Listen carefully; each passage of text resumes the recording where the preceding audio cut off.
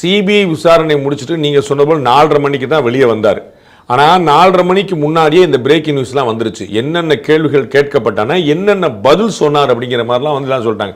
இது வந்து சிபிஐ விசாரணை வந்து ஒரு 58 பேர் சேர்ந்து விசாரணை நடத்தக்கூடியது இல்லை. அதில் 58 பேரில் ஒருத்தர் 2 பேர் சொல்ல மாட்டாங்க, 2 பேர் 3 பேர் அதிகபட்சமாக, அல்லது ஷிஃப்ட் முறையில் ஒரு 4 மணி நேரம் காலைல ஒரு 2 மணி நேரம் பண்ணாங்க, சாயந்தரம் 2 மணி பண்ணாங்க. நமக்கு வந்து 2 பேர்ட்டையும் ஒரே பதில் சொல்கிறான்னு பார்க்கறதுக்காக வேறு மாதிரி கேட்கறதுக்காக 2 பேர் பண்ணலாம். அப்போ 2 பேர் 3 பேர் 2 ஷிஃப்டாக கூட பண்ணலாம்.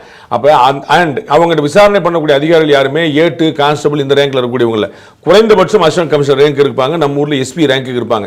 அந்த மாதிரி ஆபீசர்ஸ் வந்து ரேங்க் பண்றாங்க. ஏன்னா அவங்களுக்கு தெரியும் ஒரு high profile case, supreme court monitor பண்ணது, வந்திருக்கிற ஒரு ஸ்டார், அதனால எல்லாமே தெரியும் அவங்கள்ட்ட. அப்ப இவர்கள் வந்து இந்த ஊடகங்கள் எப்படி கிளப்புறாங்க பாருங்க. நம்ம வந்து பார்த்துப்போம், 2 ஒரு அமித்ஷாவும் எடப்பாடி மட்டும் தனியா 2 மணி நேரம் சந்திச்சு பேசினாங்க அப்படின்னு சொல்லியிருப்பாங்க.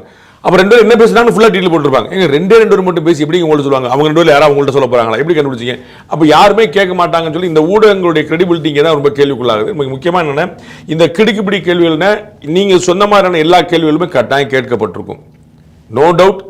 நீங்க எத்தனை மணிக்கு போனீங்க, லேட்டாக போனீங்களா, டயத்துக்கு போனீங்களா, அவ்வளோ நேரம் என்ன பண்ணிட்டு இருந்தீங்க, நாமக்கல்லுக்கும் கரூருக்கு இவ்வளோ நேரம் தானே, நீங்கள் இவ்வளோ நேரம் போனது சரிதானா, இது வந்து பர்பஸ்ஃபுல்லான தாமதமாக வேற ரீசன் சொன்னாங்களா, உங்கள்கிட்ட போலீஸ் ஆஃபீஸர்ஸ் என்ன இன்ஸ்ட்ரக்ட் பண்ணாங்க, நீங்கள் ஏன் வந்து கரூருக்கு திரும்ப போகல, திருச்சி ஏர்போர்ட்டில் எவ்வளோ நேரம் தங்கியிருந்தீங்க, நைட்டு திருப்பி இருந்தீங்க, ஏன் சென்னைக்கு போனீங்க, 4 நாளாக நீங்கள் ஏன் பேசல, இதெல்லாம் கட்டாயம் கேட்டிருப்பாங்க. ஆப்வியஸ். இதில் கிடுக்கிப்பிடிக்கு என்ன இருக்குது, இதில் வந்து சிபிஐ வந்து துருவி கேட்டுச்சுங்க. இந்த கேள்விகள்லாம் நானே கேட்பேன், நீங்களே கேட்பீங்களே. திரு விஜய் வந்து பார்க்கறதுக்கு சந்தர்ப்பம் இந்த கேள்வி கேட்க மாட்டீங்களா? விஜய் அவர்கள் கொடுக்கப்பட்டதே விட்னஸ் சம்மன் தான்.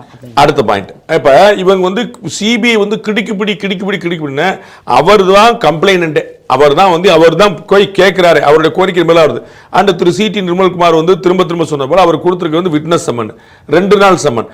2 நாள்ல 2வது சம்மனும் இவர்கள் கேட்டுக்கொண்ட டேட் உங்களுக்கு புரியல. ஃபர்ஸ்ட் டேட் வந்து அவங்க சொன்னாங்க, அதுக்கப்புறம் பொங்கல் ஹாலிடேஸ்க்காக நான் போக வேண்டியிருக்கேன், நான் போயிட்டு வந்து பண்றேன். அப்போ உங்களுக்கு எந்த டேட் ஓகேங்கன்னு 19 குறிப்பிட்ட 19 சார். அப்ப சிபிஐ கையை முறுக்கிறதாவோ கிடுக்கிப்பிடி போடுறதாவோ கைது பண்ணணும்னோ இந்த மாதிரி ஒரு ஆட்டிடியூட் இருந்துச்சு அப்படின்னா அவங்க இவர்கிட்டயே வாயிலா கொடுத்துருக்க போறாங்க.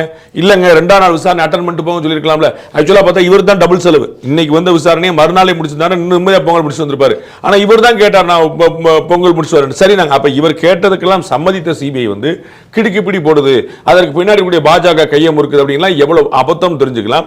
எழுப்பப்பட்ட கேள்விகள் நீங்க இப்ப குறிப்பிட்ட போது எழுப்பப்பட்டு கட்டாயம் எழுப்பப்பட்டிருக்கும். அது வந்து நீங்களா இருந்தாலும் நான் ஒரு பேட்டி கேட்டேன்னு கட்டாயம் அந்த கேள்வி எழுப்பியிருப்பேன் அவர்கிட்ட. அப்ப யாரா இருந்தாலும் கேட்கக்கூடிய கேள்விகளை வந்து ஒரு பயமுறுத்துற துணியில அப்படி பண்ணாங்க இப்படி பண்ணாங்க, அவர் மேல சார்ஜ் ஷீட் போட போறாங்க, அவர் மீது குற்றப்பத்திரிகை தாக்கல் பண்ண போறாங்க, அவரை குற்றவாளியா சேர்க்க போறாங்க. அண்ணா பின்னாடி திரு நிர்மல்குமார் அவர்கள் வந்து கடுமையாக விமர்சனம் பண்ணார். நீங்க வந்து இந்த மாதிரி திமுக ஆதரவு ஊடகங்கள் தான் இந்த மாதிரி செயல்படுறாங்க, அந்த மாதிரிலாம் எந்த வாய்ப்பும் கிடையாது. வந்து விட்னஸ் சம்மன்ங்கிறது ஒன்று.